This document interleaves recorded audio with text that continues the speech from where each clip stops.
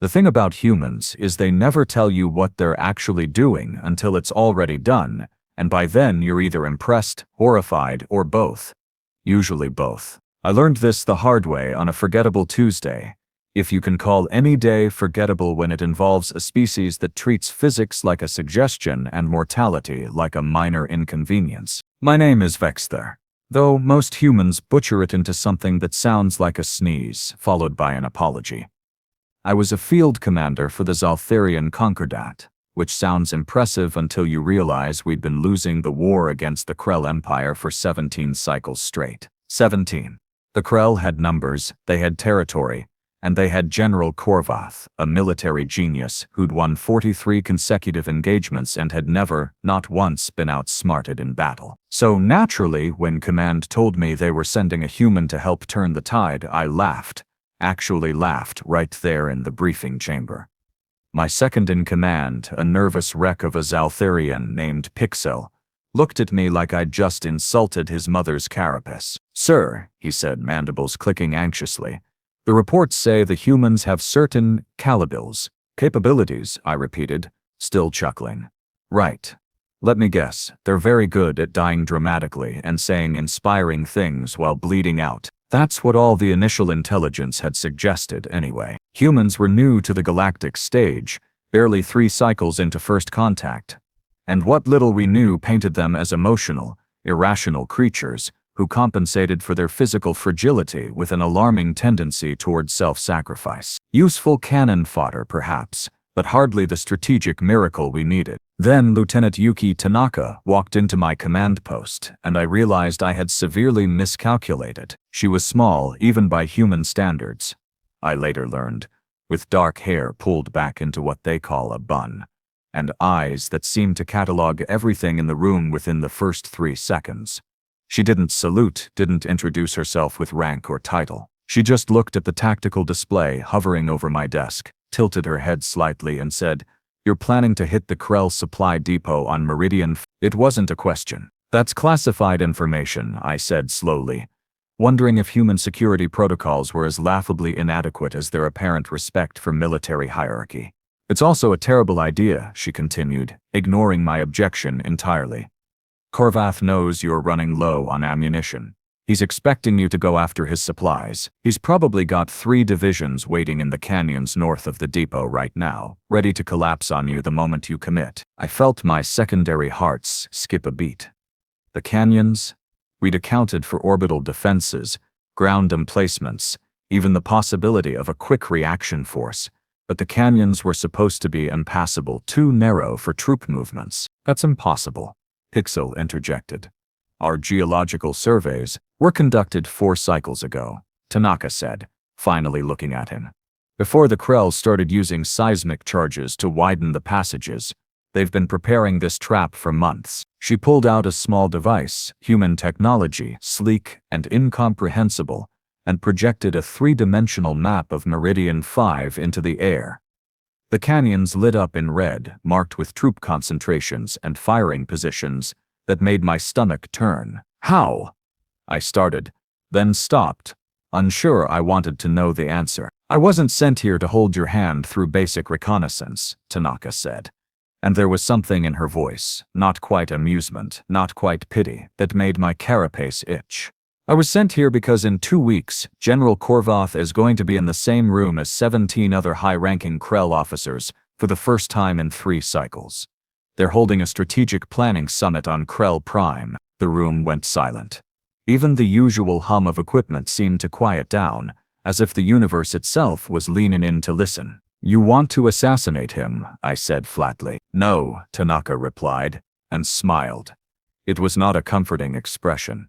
"I want to walk right up to him and shake his hand. Look, I've been in military service for 32 cycles. I've seen bold strategies, desperate gambits, and plans so insane they actually worked. But this was something else entirely. This was a human standing in my command post, suggesting she was going to stroll into the most heavily guarded military installation in Krell space and have a "You're insane," Pixel said, which was exactly what I was thinking, but had enough professionalism not to say out loud. "Probably," Tanaka agreed cheerfully. But I'm also right. Killing Kor'vath accomplishes nothing. The Krell have a dozen competent generals who'd step into his role within hours. But changing Kor'vath, getting him to question everything he knows about this war, that's how you break an empire. She manipulated the projection again, and suddenly we were looking at intelligence files on Kor'vath himself. Combat records psychological profiles, even, and this made my tertiary heart stop completely. Intercepted personal correspondence. How did you get this?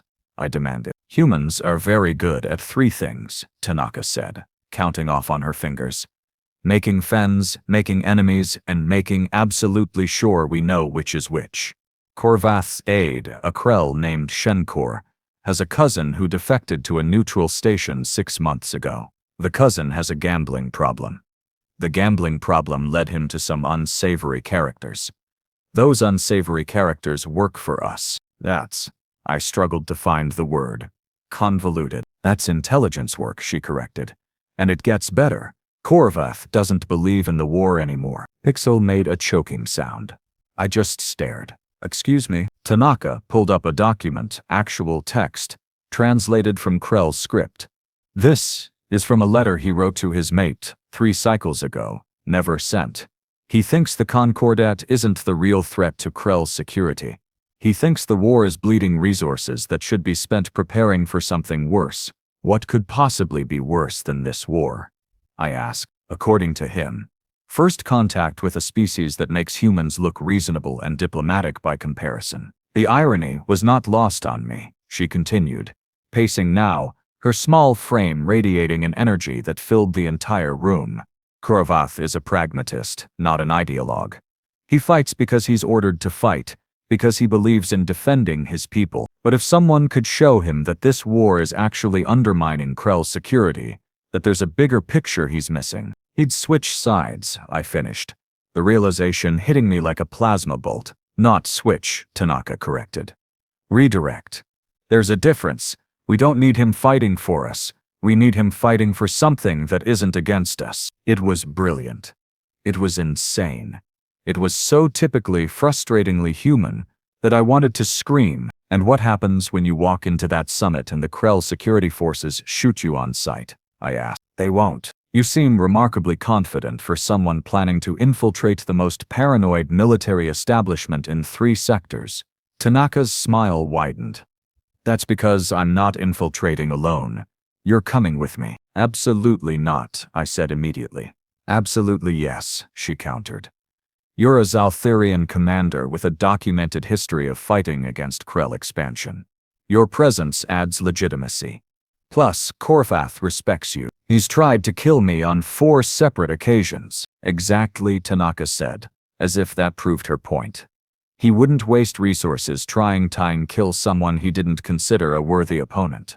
Trust me, we've analyzed his tactical patterns. He only commits significant forces against commanders he respects. That's the most backhanded compliment I've ever received. Welcome to working with humans. The next 10 days were, without exaggeration, the strangest of my life. Tanaka had a team. Of course she had a team, though calling them a team was like calling a supernova a light show. As Park Min-jun, a communications specialist who could fake transmissions so perfectly that even I couldn't tell the difference from genuine Krell military chatter. There was Amara Okonkwo, a pilot whose reflexes bordered on precognitive and whose ship modifications violated at least 6 different safety regulations. And then there was Dmitry Volkov, who Tanaka introduced simply as the man who can get us anything. Anything? I'd asked skeptically. I once procured a live Krell ambassador for a prisoner exchange that officially never happened. Dmitry said in that deadpan way humans have when they're being completely serious, but want you to think they're joking. Getting forged security credentials for a military summit is practically a vacation. They worked with a precision that belied their species' reputation for chaos. Every detail was planned, every contingency accounted for, every variable calculated down to the microcredit. And yet, underneath it all there was this current of controlled madness, like watching someone juggle thermal detonators while riding a unicycle, and somehow making it look easy. Why are you really doing this? I asked Tanaka one night 3 days before the summit. We were alone in the observation deck, watching hyperspace streak past in ribbons of distorted light. She was quiet for a moment, which was unusual for her. Then, you know what humans did when we first developed nuclear weapons? Destroyed yourselves, I guessed. Almost, she admitted. We came very, very close. Built enough weapons to glass our entire planet several times over, pointed them at each other, and then stop. Not because we suddenly became peaceful or enlightened, but because we realized something important. The only way to win a war of total destruction is not to fight it in the first place. That's very philosophical for someone planning a high-risk infiltration mission. She laughed, a genuine sound, not the tactical humor she used during briefings. The thing is, Vex'thar humans are really, really good at war. Too good. We've had thousands of cycles of practice on just one planet. And that terrifies us, because we know what we're capable of. So when we see other species making the same mistakes we did, heading down the same path, you try to stop them, I finished. We try to change the trajectory, she corrected. I'm not here to save the galaxy or be a hero. I'm here because someone has to look at this war and ask if there's another way. And if there is, if there's even a chance that talking to one general could prevent 1 billion deaths. Wouldn't you take it? I didn't answer immediately. Couldn't, really. Because she was right, and I hated that she was right.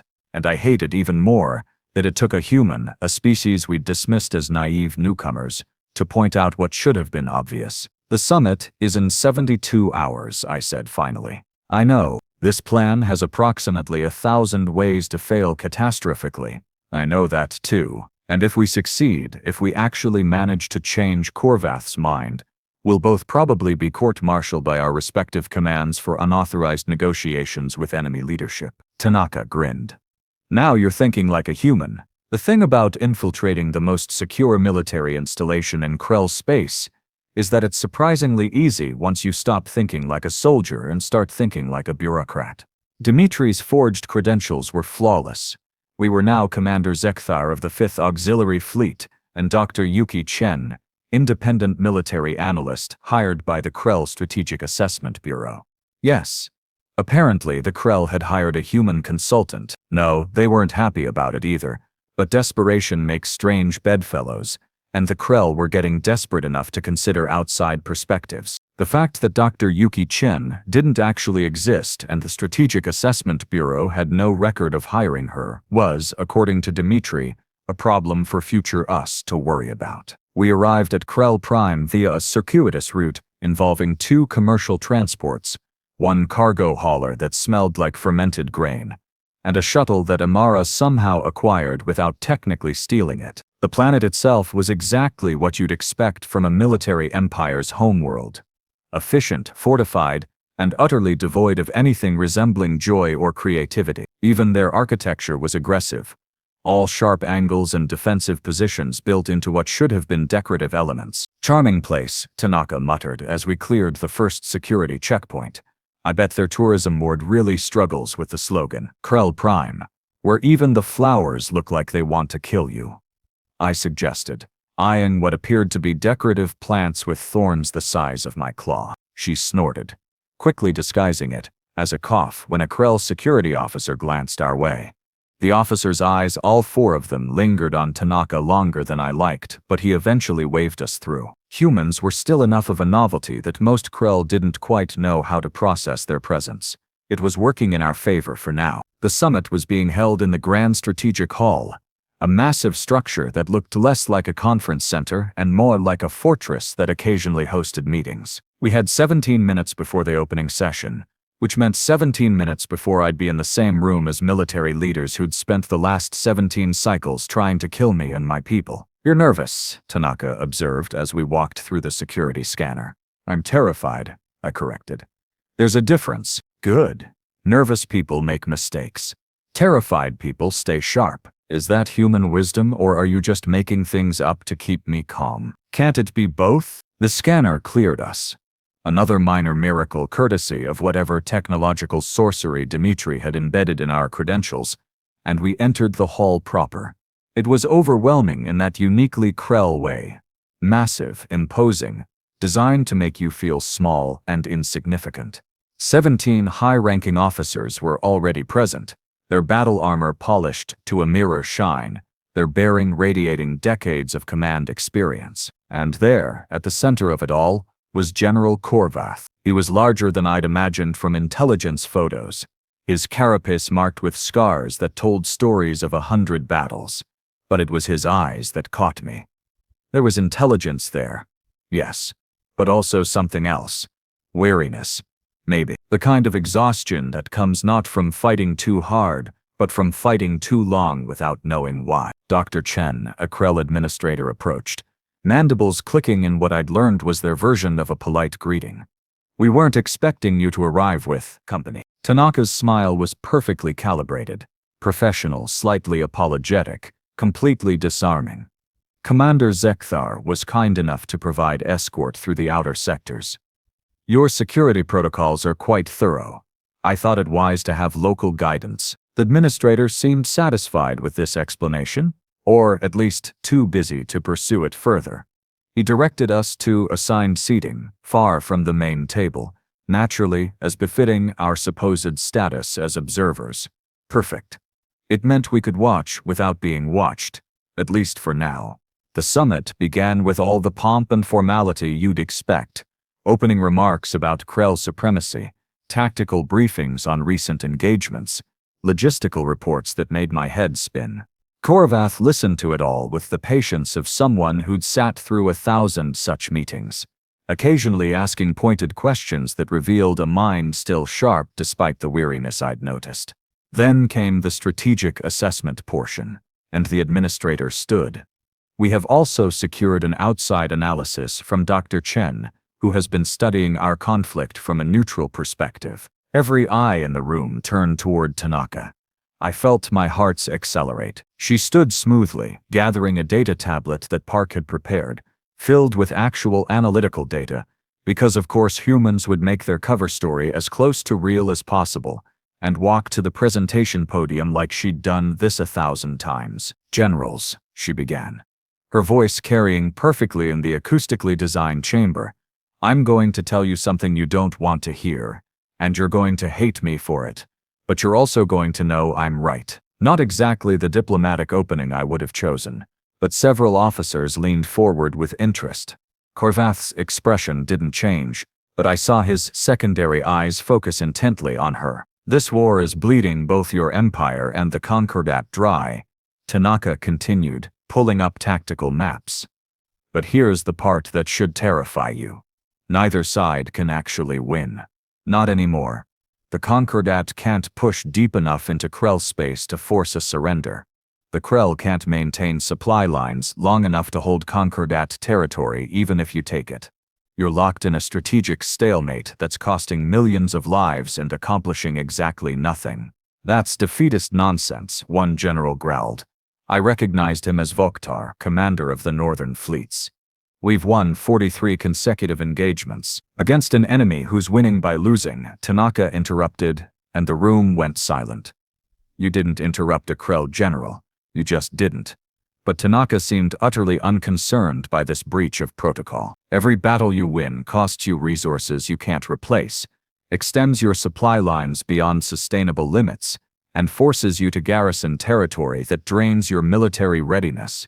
The Concordat is fighting a defensive war of attrition, and they're winning it by making you exhaust yourself. She brought up economic projections, casualty statistics, resource depletion curves, all real data, I realized with growing amazement, all meticulously researched and verified.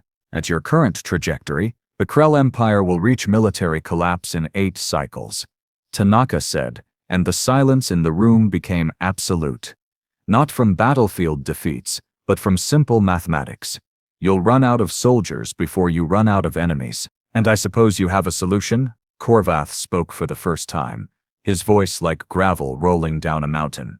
His tone was skeptical but not dismissive. The tone of someone who'd seen too many miracles turn out to be illusions but still hoped to be surprised. I do, Tanaka said, meeting his gaze directly. Stop fighting the wrong war. She changed the display, and suddenly we were looking at something else entirely.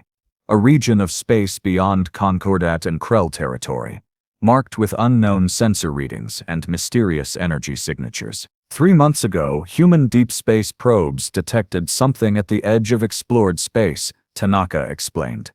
Something big, organized, and technologically advanced enough to make our current conflicts look like children arguing over toys. We don't know who or what they are yet, but preliminary analysis suggests they're expanding, and their trajectory will bring them into contact with both Krell and Concordat space within 15 cycles. She let that sink in, watching as the implications registered on face after reptilian face. So here's my proposal, Tanaka continued, and I could hear the edge in her voice.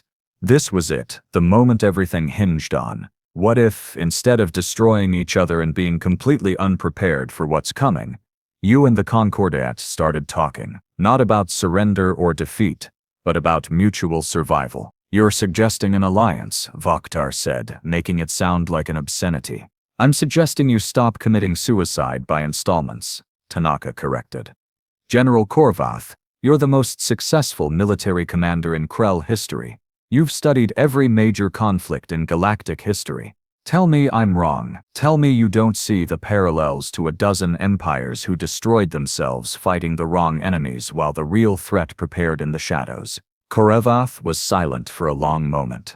Then he stood, his massive frame seeming to fill the entire room. Dr. Chen, he said slowly, you've presented compelling data.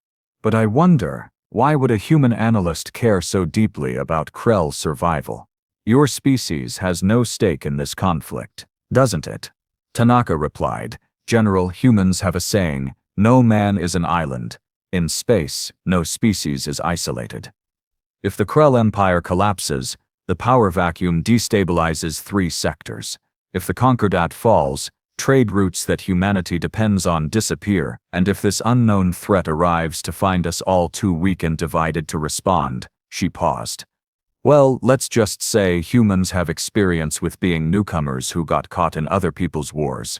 We'd rather not repeat that lesson. You still haven't answered my question, Kor'vath pressed. Why come here? Why risk infiltrating? Yes, Dr. Chen, I know exactly who you are. The summit to deliver a message you could have sent through diplomatic channels, and there it was. He knew, had probably known from the moment we entered. My hand drifted toward the concealed weapon Dmitri had somehow smuggled past security, but Tanaka's hand moved slightly, a tiny gesture that meant stand down. I've got this. Because diplomatic channels would have taken months, Tanaka said simply. And because messages are easy to ignore, but having a human walk into your most secure facility, bypass your security, and tell you to your face that you're fighting the wrong war, that's harder to dismiss. Kor'vath's expression shifted, and I swear by all my ancestors, the corners of his mouth twitched upward. It might have been a smile. It might have been indigestion. With Krell, it was genuinely hard to tell. You're either the bravest human I've met or the most foolish, he said. I've been told it's both, Tanaka replied. Often by the same people. The general gestured to his security detail, and I felt my heart stop. This was it. This was where the plan fell apart. Or we'd be arrested or executed or both. Leave us, Kor'vath ordered. The security officers looked confused. Sir, you heard me. Clear the room. All of you. I want to speak with Dr. Chen and her companion, privately. This was not in the plan. This was very much not in the plan. I glanced at Tanaka, who looked equally surprised but recovered faster than I did. The other generals filed out, some looking relieved, others furious, but none willing to contradict Kor'vath's direct order. When the last officer had left, Kor'vath walked around the table and stood directly in front of Tanaka. He was easily twice her height, his battle armor alone weighing more than her entire body. It should have been intimidating. It probably was intimidating. Tanaka didn't flinch. I've read the intercepted letter, she said quietly. The one to your mate, about your doubts, about the real threats. I know you don't believe in this war anymore, General. I'm not here to kill you. I'm here to give you permission to stop. Kor'vath was very still. Then, You humans are either completely insane or the most dangerously sane species in the galaxy. Again, usually both. He turned to me. And you, Commander Vex'thar. Do you believe this fairy tale?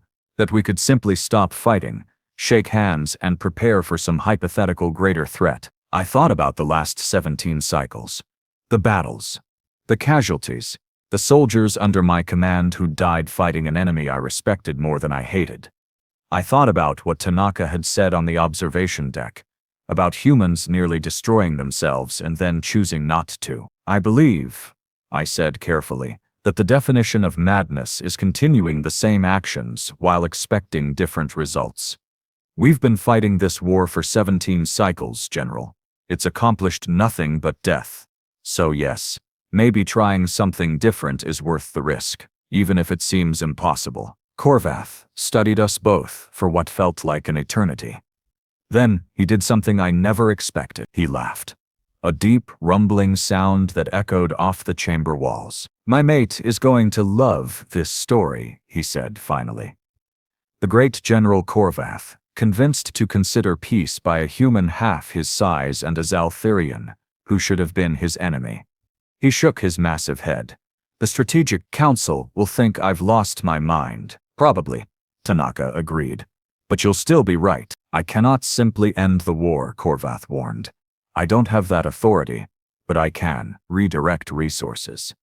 Slow offensives, create opportunities for dialogue. That's all we're asking, Tanaka said. A chance. He nodded slowly, then extended his hand. A human gesture he must have learned from briefings. Tanaka took it without hesitation, and it was probably the strangest handshake in galactic history. A Krell general and a human infiltrator, agreeing to try to stop a war neither officially had the power to end. Then Kor'vath turned to me and extended his hand again. I stared at it. This was the hand that had commanded forces that killed my soldiers. This was the warrior I'd fought against for cycles. This was a chance. I clasped his hand. We will need plausible deniability, Kor'vath said, releasing my hand and moving back into general mode. Official channels must remain antagonistic, while unofficial communications establish frameworks for mutual security arrangements. We can work with that, Tanaka said. Humans are excellent at unofficial channels. I'm beginning to understand why, Kor'vath replied dryly. He moved toward the door, then paused. Dr. Chen, or should I say Lieutenant Tanaka, you should leave Krell Prime immediately. My respect for your audacity only extends so far, and there are generals in this building who would shoot you on sight if they knew the truth. Already have an exit strategy, Tanaka assured him. Of course you do. He opened the door, then looked back one last time. When this unknown threat arrives, and I believe it will, I want humans on our side.